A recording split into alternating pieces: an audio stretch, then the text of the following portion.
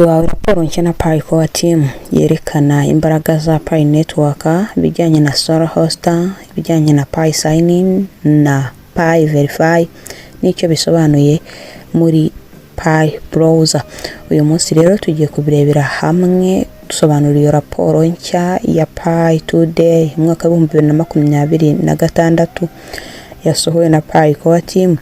Hari abantu benshi rero bashobora kuba bayibona ariko ntibasobanukirwe neza icyo Pi Core Team yari ishatse kuvuga.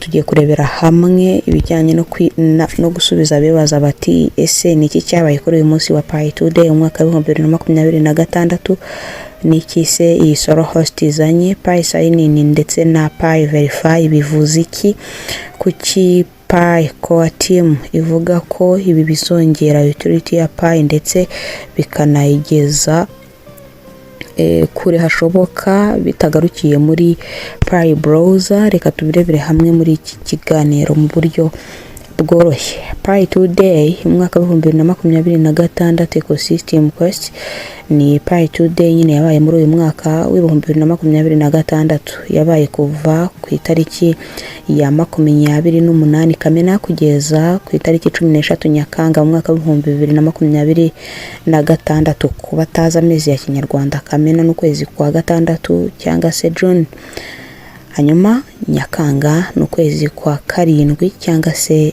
July.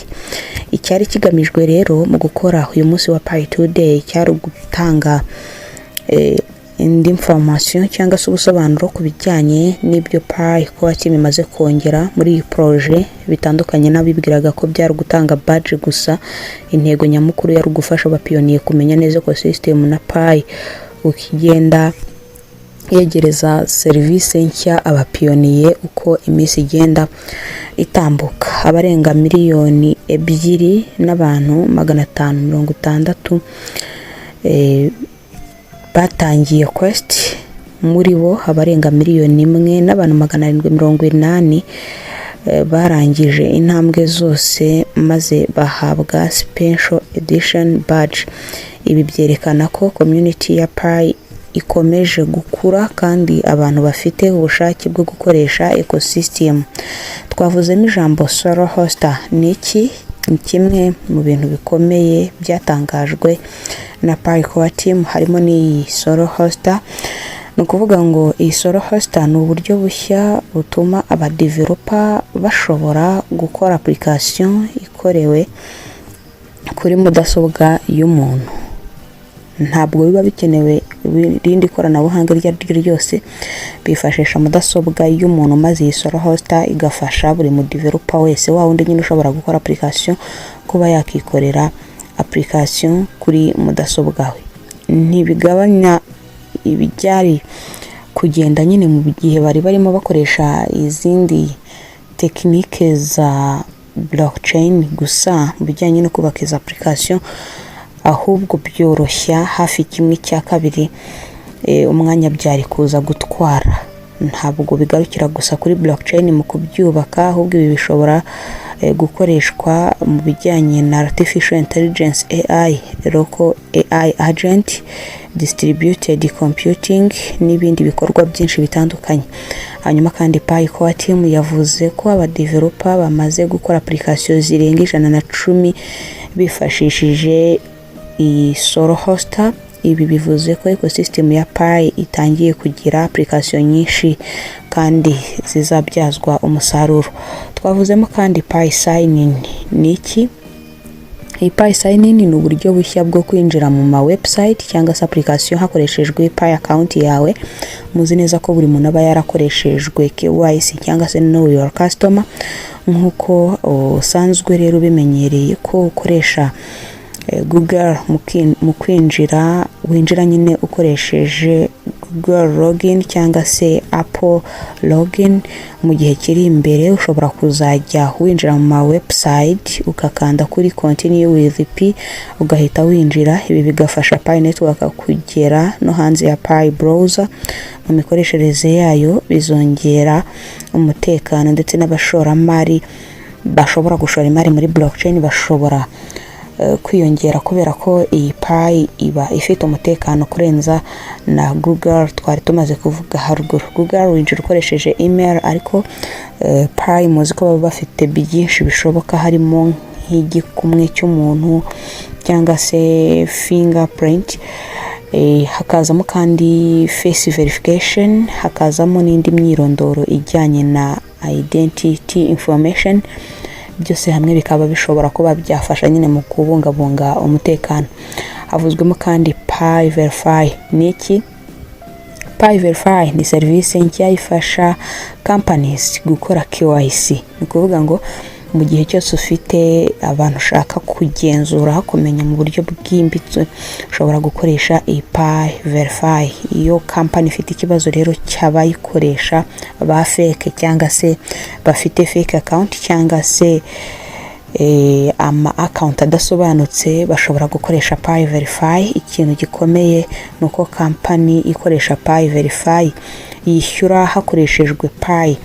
Nimba abakozi bawugiye kubagenzura ukoresheje Pi, usabwa nyine no kwishyura mu mapayi. Baraguca Pi runaka hanyuma ugenzure abakozi bawe muri rusange. Ibi bivuze ko Pi itangiye kugira utility nyayo hanze ya ecosystem yayo. Iyo company nyinshi rero zitangiye kuba zakoresha iyi Pi Verify, bisobanura ko demand ya Pi ishobora kwiyongera kubera ko service yishyurwa muri izi Pi muri rusange. Bivuze ko mu gihe company ishaka kuverifyinga abakozi bayo ariko ikaba nta Pi ifite, izabanza kugura nyine za Pi ziri hirya no hino ku ma exchange no ku masoko atandukanye, bashoremo amafaranga yabo maze babone za Pi zo kwishyura kugira ngo habeho verification yifashishije Pi, abakozi babo bagenzure mu buryo bwizewe. Impamvu bari ingenzi rero ku bapiyoniye. Pi Core Team yavuze ko izi service zubakiye ku bintu bitatu bikomeye cyane,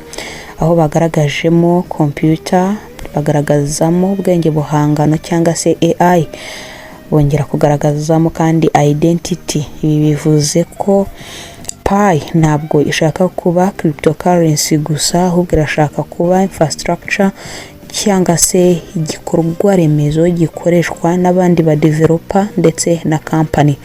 Iyo aba developer benshi baza rero muri Pi project kandi business zitangiye gukoresha Pi ndetse n'abantu benshi batangiye gukoresha Pi sign-in, utility ya Pi hita yiyongera mu buryo buri direct. Kandi utility ni imwe mu nkingi zishobora gufasha ecosystem gukura by'igihe kirekire kandi kirambye. Niki Quest yigisha abapiyoniye? Quest yasabye abapiyoniye gukoresha gusura Solo Hoster app, ziri application bubatse bifashishije iyi Solo Hoster muzisure, kandi bongeyemo no kugerageza ecosystem directory, gukoresha Pi staking mu gushyigikira application. Ni ukuvuga ngo ahangaha icyo bashatse kuvuga nuko abantu bashobora kugura nk'ama Pi ku ma exchange hanyuma bakayahostinga cyangwa se bakayastakinga kuri ziri application zubatswe n'abapiyoniye bagenzi banyu bitoyemo aba developer, kuko Pi Core Team ihita ishyiraho ibihembo ku muntu wabashije gukoraho staking. Hari n'abatajya babisobanukirwa impamvu iyi Pi Core Team ishyiraho ibihembo ku muntu wa stakinze muri ziri application z'abapiyoniye, kabone nubwo yaba itaremezwa ngo ibe verified. Reka byose tubivireho rimwe. Nyuma yuko bafunguye Open Network hari ku itariki 20 z'ukwezi kwa kabiri mu mwaka wa 2025 saa 6 ku masaha y'i Kigali, wenda ni Bujumbura n'ahandi hose tugendana ku isaha ngenga amasaha GMT, twari kuri izo saha. Hanyuma bafungura Open Network, ubwo ni igikorwa nyine cyo kwemerera izindi service cyangwa se project ziri hanze ya Pi ko zishobora gutunga Pi. Ni kuvuga ngo ku muntu wese utaramayininze yarahawe uburenganzira bwo kugura Pi, ndetse n'uwa mayininze ahawe uburenganzira bwo guhinduramo Pi amafaranga. Aho rero ikintu gishobora gutabara Pi Core Team ni staking gusa. Muzi ko no ku ma exchange bakubwira bati nuzanamo amafaranga yawe ukayashyira ku gice cyitwa an, turajya tuyungukira, ugasanga no duce duke tudafite ikintu dushobora guhindura, ariko muri rusange mu buryo bwa blockchain bikorwa kugira ngo amafaranga yawe aguma ahantu hamwe, utaza gukomeza uyatransfera uyohereza ahantu henshi hatandukanye. Baba bagambiriye kugira ngo bayagumane. Muzabicunge neza ko n'umuntu ushaka gukura amafaranga mu ma exchange ya sex ashaka kuyinjiza muri wallet ya Dex, hari igihe usanga transaction iri hejuru bitandukanye no kuba wayohereza muri exchange n'ubundi ariko udahinduye uburyo wari uyabitsemo, cyangwa se bakavuga bati kukoresha Binance, bombi bakoresha Binance, bakoresha Binance Pay ntibabakate. Ibyo byose babikora mu buryo bwo kukurura abakiriya kugira ngo mukomeze mukoreshe bwa buryo bwabo. Ndetse na Pi Core Team twavuga tuti niyo trick isigaranye kusaba abapiyoniye gukora Pi staking muri ziriya application nshya kugira ngo Pi zigume zigenzurwa na Pi Core Team. Harimo kandi kuvumbura AI application zakozwe muri Pi App Studio ndetse no gusangiza application ku banyamuryango muri rusange. Ibi byose rero byari uburyo bwo kugira ngo habeho kwigisha community uko ecosystem ikora. Ese ibi bivuze iki ku hazaza ha Pi Network? Nubwo Pi Core Team itigeze itangaza igiciro cya Pi cyangwa se amatariki mashya, ibi ngibi byerekana ko ikomeje gushyira imbaraga mu kubaka utility. Hanyuma kandi iyo utility yongereye, aba developer benshi baza muri iyo projet, business zigatangira gukoresha Pi, application zikiyongera ndetse n'abantu bakoresha Pi bakiyongera. Ibi byose rero bishobora gutuma ecosystem iba nini kandi ikagira igiciro kurushaho. Muri rusange turi kugana ku musozo, nkubwira ni Pi Today y'uyu mwaka wa 2026 ntabwo yari ibirori gusa, yari intambwe ikomeye yo kwerekana ko Pi Network iri kubaka ecosystem ishingiye kuri artificial intelligence, identity verification, web3 developer tools ndetse na utility nyayo. Mu minsi iri imbere tuzakomeza gukurikirana uko iyi solo hoster ndetse na Pi sign-in utibagiwe na Pi verify bizagenda byakirwa n'ababikoresha ndetse n'amasosiyete yo hanze muri rusange. Ubaye wakunze iki kiganiro, nicyo gihe cyiza cyo gukanda like hanyuma ukadusangiza muri comment igitekerezo cyawe. Ese ubona iyi solo hoster ndetse na Pi sign-in ndetse na Pi verify ariyo ishobora guhindura uko Pi twayibonaga?